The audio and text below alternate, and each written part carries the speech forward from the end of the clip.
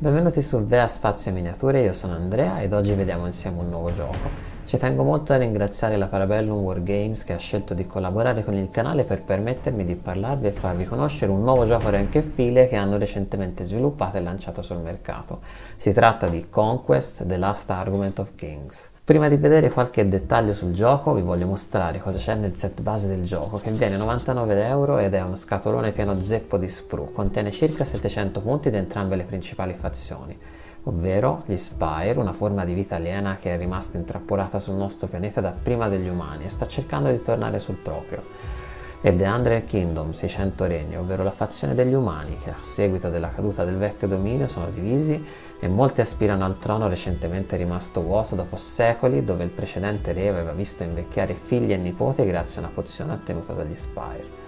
In questa scatola sono contenuti un personaggio per fazione, il Noble Lord a cavallo per i 100 regni con il suo reggimento di cavalleria, un reggimento di balestrieri e uno di fanteria semplice, mentre un Ferromancer per la fazione degli Spire alla guida di un plotone di fanteria semplice, 3 feroci bruti dalle dimensioni non indifferenti, ma soprattutto un gigantesco abominio le cui dimensioni incutono timore alla sola presenza sul tavolo.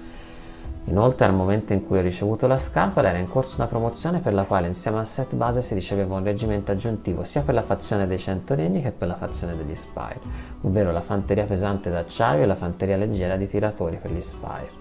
Attualmente la promozione non sembra più disponibile, ma a ogni modo quelle scatole aggiuntive legalmente non potevano essere giocate senza aggiungere un altro personaggio che andava comprato a parte. Una partita regolamentare sarebbe a 2000 punti, mentre partite per imparare le regole sono consigliate sui 1000 punti. Sul sito della Parabellum ci sono dei Warband set che aggiungono altri tra i 400 e i 600 punti, che possono essere usati per iniziare a giocare da zero o si integrano perfettamente al set base. Si può giocare su un tavolo 4x4 piedi o 6x4 piedi in funzione di se si vuole più spazio di manovra, e le partite normalmente durano un massimo di 10 turni.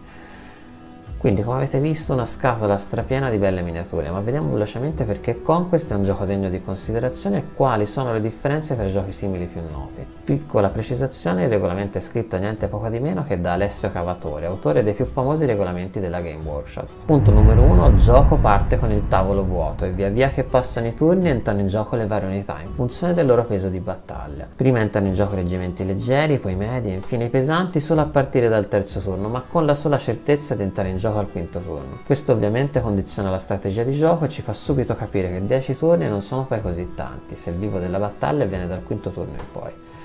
Secondo punto: la linea in cui entrano i reggimenti parte dal fondo campo, ma avanza con l'avanzare dei nostri reggimenti. Se un reggimento nemico sorpassa la nostra linea di rinforzi, questa arretra. Inoltre i reggimenti pesanti possono entrare solo dietro reggimenti medi e medi dietro reggimenti leggeri. Tutto questo aumenta la strategia di come disponiamo i nostri modelli durante i primi turni di gioco. Punto numero 3: il mazzo di comando. A differenza di molti rank e file tradizionali, finalmente questo gioco abbandona la vecchia meccanica Go You Go e ci porta alla più moderna attivazione alternata. Si prendono le carte comando, ovvero una carta che rappresenta ogni nostro reggimento sul campo, e si svolge una sorta di programmazione delle attivazioni per quel turno, mettendole in ordine, tenendo presente che quella che mettiamo in fondo sarà ovviamente la prima che pescheremo e così via. Quindi ogni turno il primo giocatore pesca la sua prima carta comando e attiva il reggimento di quella carta, e così fa il suo avversario. E si continua così fino a che il mazzo di comando non è esaurito, quindi si procede con il turno successivo.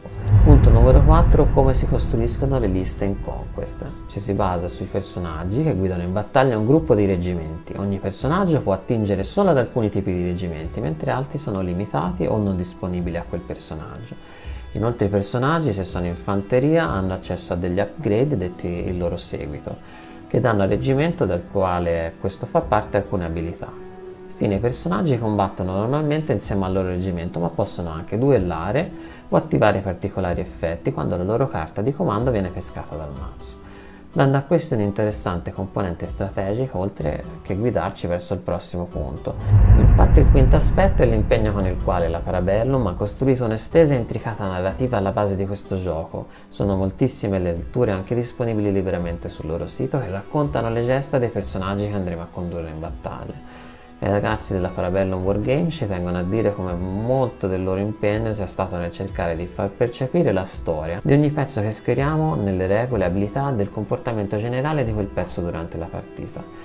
Ci C'è inoltre da dire che la Parabellum tiene una sezione del sito che si chiama Living World, dove tutti gli utenti registrati possono visitare una mappa interattiva dove costantemente vengono rivelati nuovi eventi e dove il pubblico può votare cosa preferisce, influenzando la storia stessa del gioco. Altro aspetto importante, seppur non unico a questo gioco, è la possibilità di essere giocati in modalità rank e file o in modalità skirmish, quindi senza l'uso delle piattelle di movimento, utilizzando il manuale recentemente uscito e disponibile gratuitamente sul loro sito che si chiama First Blood, che però ancora non ho letto e al quale dedicherò un paio di video specifici in futuro. Ultimo aspetto unico di Conquest è la dimensione delle miniature. Infatti la scala di questo gioco non è la tradizionale 28-32 mm alla quale siamo abituati, ma ben 37 mm e credetemi la differenza visiva è enorme. Una scelta coraggiosa da parte della Parabellum Wargames di lanciare una linea di miniature in scala completamente diversa dal resto dei giochi sul mercato. Ovviamente la scelta ha pro e contro, ma senz'altro le miniature sono estremamente belle. Unica nota negativa, risultano un po' macchinose da assemblare, in particolare l'abominio. È stato davvero difficile da montare. Inoltre non sono presenti istruzioni di assemblaggio all'interno della scatola, ma vanno scaricate dal sito della Parabellum e purtroppo non sono sempre dettagliate come si potrebbe sperare. Questo video vuole essere solo una brevissima presentazione del gioco, è solo il primo di altri dove mi piacerebbe parlarvi anche della storia dietro il gioco, che come detto è veramente interessante e divertente. Se vi è incuriosito e pensate di acquistare qualcosa, vi lascio un codice promozionale di sconto del 10% qui in descrizione, gentilmente fornito dalla Parabellum Wargames per questo canale.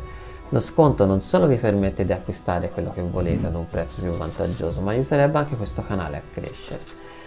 Benissimo, per questo video è tutto, presto nuovi contenuti su questo gioco, fatemi sapere nei commenti se vi è piaciuto, se avete dubbi e che ne pensate, sarò felice di rispondere alle vostre curiosità.